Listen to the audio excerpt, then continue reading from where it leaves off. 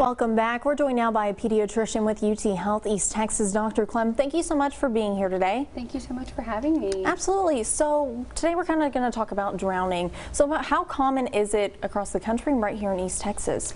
So drowning is actually one of the leading causes of death in children, and particularly in children ages 1 to 4. It is the leading cause of injury prevention death.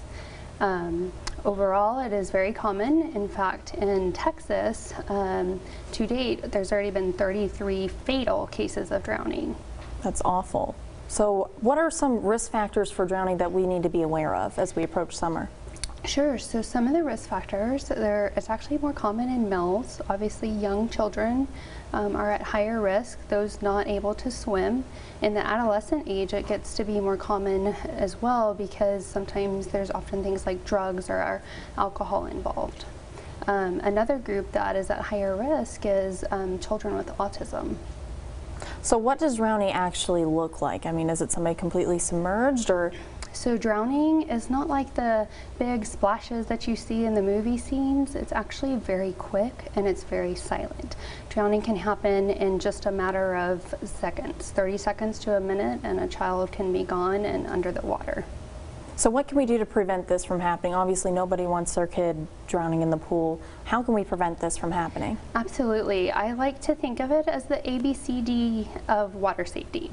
So A is for always have adult supervision.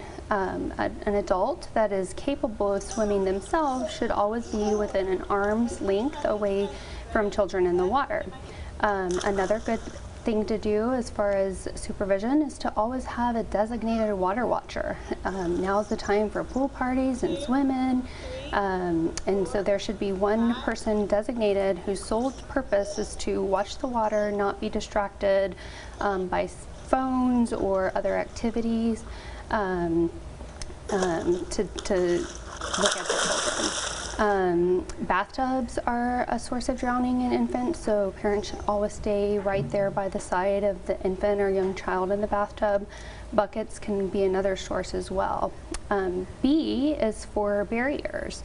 So if you have a backyard pool, a fence is at least 4 feet tall.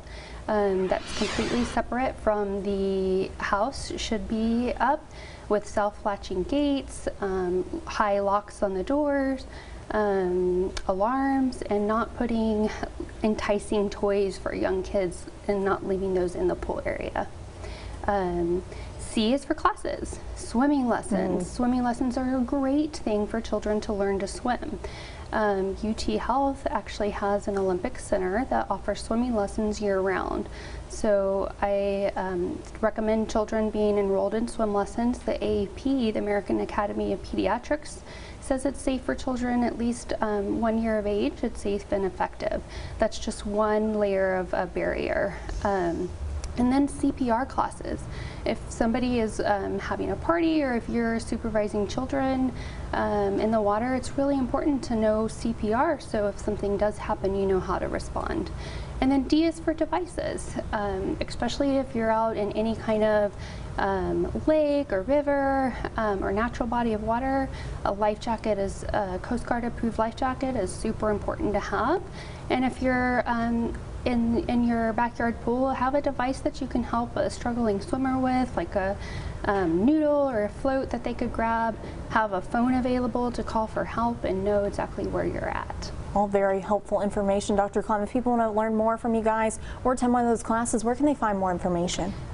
You can look at the UT Health Olympic Center. That has information about swimming lessons there.